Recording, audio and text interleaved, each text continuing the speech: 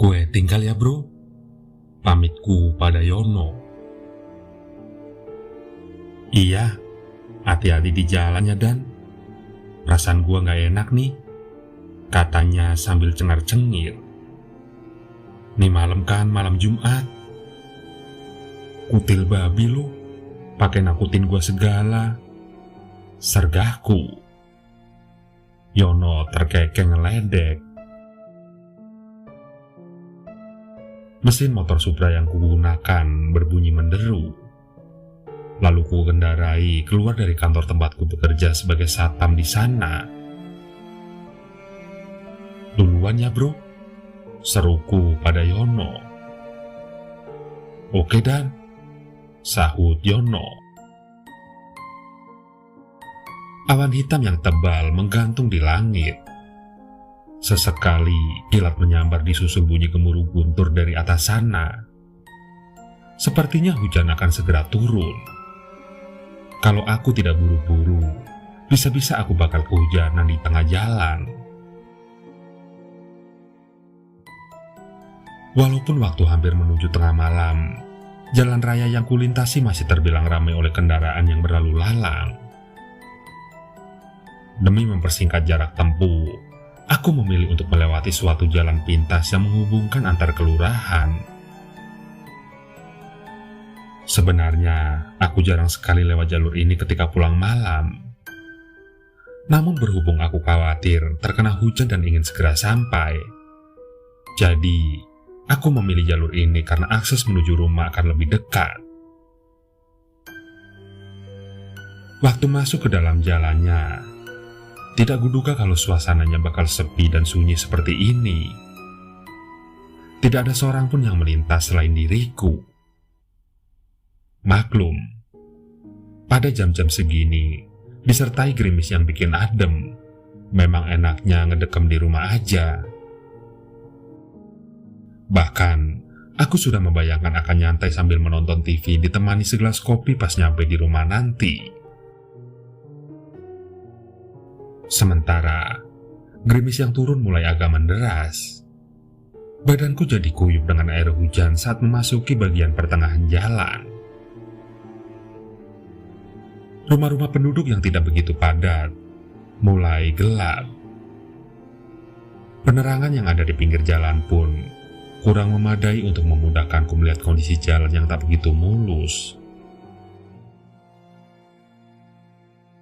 Sampai di tengah-tengah konsentrasiku berkendara, tiba-tiba saja seberkas kilat menyambar dari langit dengan begitu dahsyatnya. Tentu saja aku kaget. Tapi kaget tadi sekarang menjadi panik. Gara-gara kilatan petir barusan, lampu-lampu yang ada di pinggir jalan langsung padam seketika. Gelap lalu menyergap. Konsentrasiku mendadak menjadi buyar.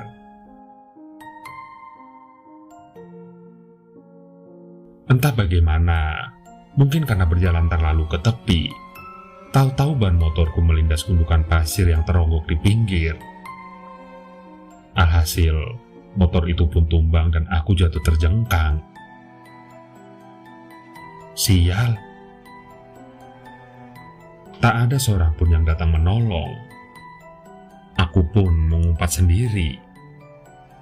Mana hujannya tidak berhenti-berhenti lagi.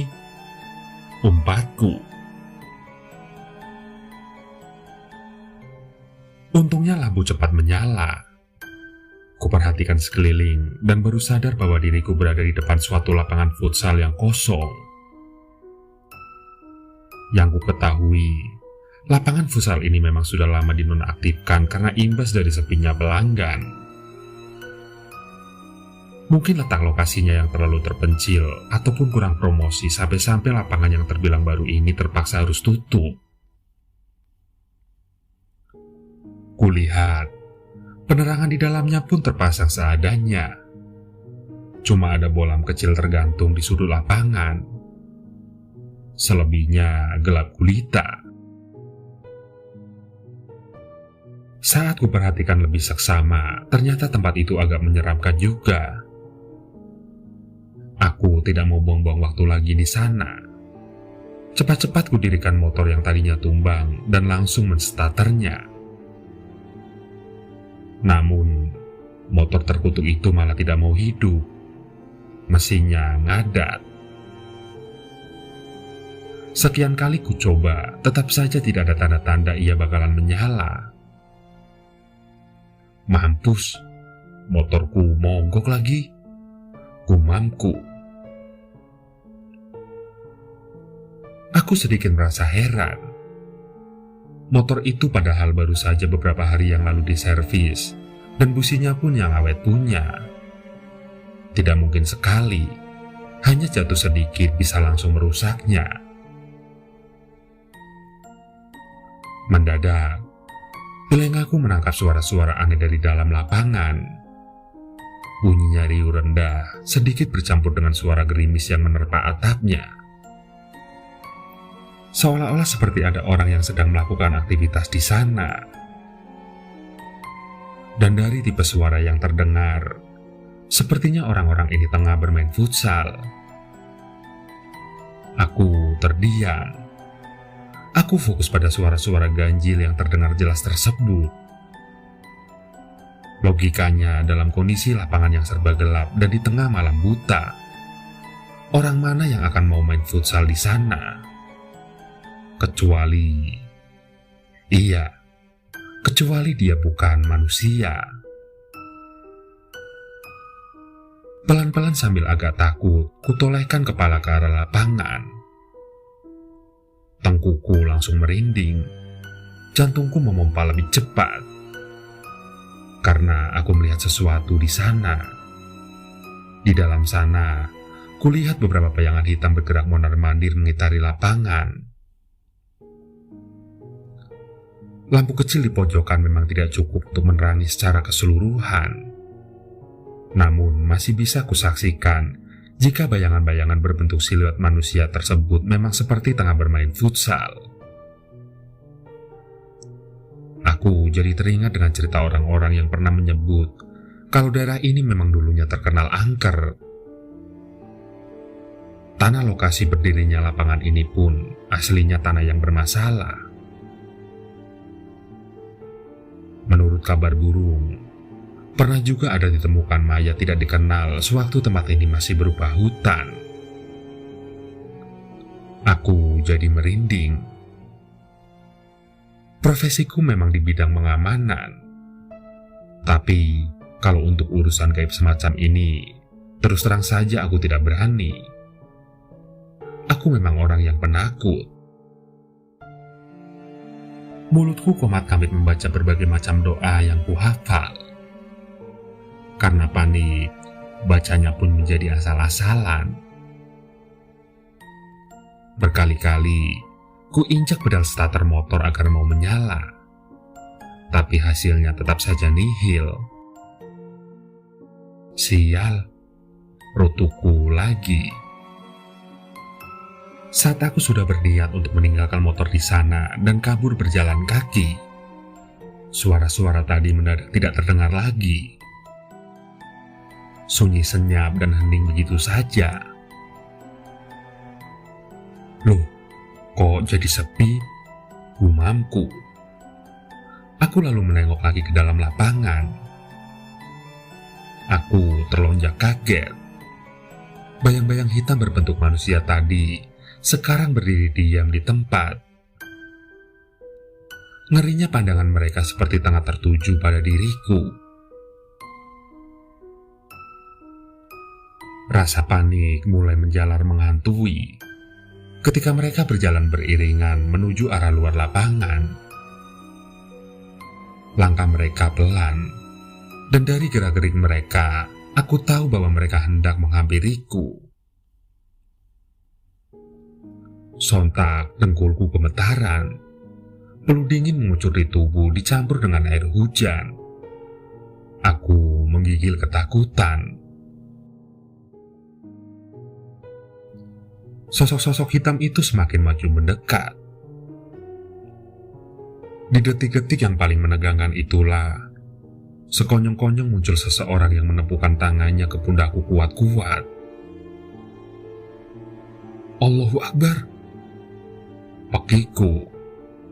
Jantung ini nyaris saja copot. Di depanku berdiri seorang bapak-bapak.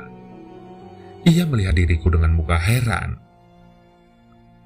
"Kenapa ngelamun, Mas?" tanya dia.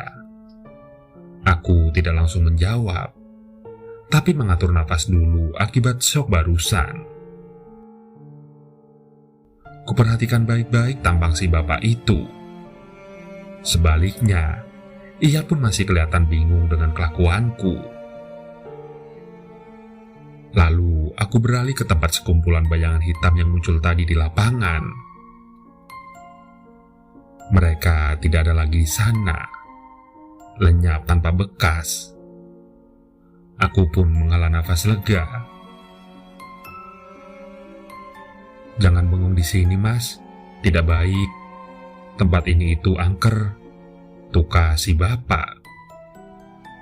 Postur badannya gempal dan kumisnya sedikit tebal. Ia mengenakan mantel hujan berwarna biru gelap. "Syukur alhamdulillah, Pak. Untung saja Bapak keburu datang. Kalau tidak, bisa-bisa saya mati berdiri," kataku hampir saja menangis.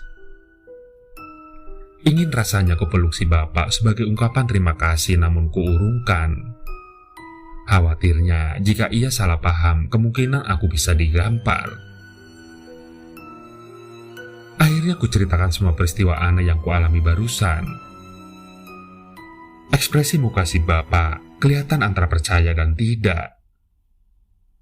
Kemudian ia berkata, "Ya sudah, coba sekarang Mas starter lagi motornya. Kalau masih tidak nyala, biar saya bantu dorong sampai ke rumah." Aku pun kembali mencoba menstarter motorku. Tapi setelah lelah mencoba, hasilnya masih tetap saja sama. "Ya udah, ayo Mas cepetan, saya dorong," suruh si bapak tidak sabar. Aku cuma bisa pasrah dengan keadaan. "Iya Pak, makasih deh sebelumnya," ucapku lemas. "Maaf ya Pak sudah merepotkan." Sang bapak tersenyum ramah. "Tidak masalah Mas, kebetulan pulangnya satu arah sama saya," jawabnya. Derai gerimis semakin membasahi malam. Dalam diam kami berdua melintasi jalan. Setelah beberapa waktu berlalu, akhirnya sampai juga aku di depan rumah. Alhamdulillah, gumamku senang. Aku menoleh ke belakang hendak bicara dengan si bapak yang sudah baik hati mau mengantarku.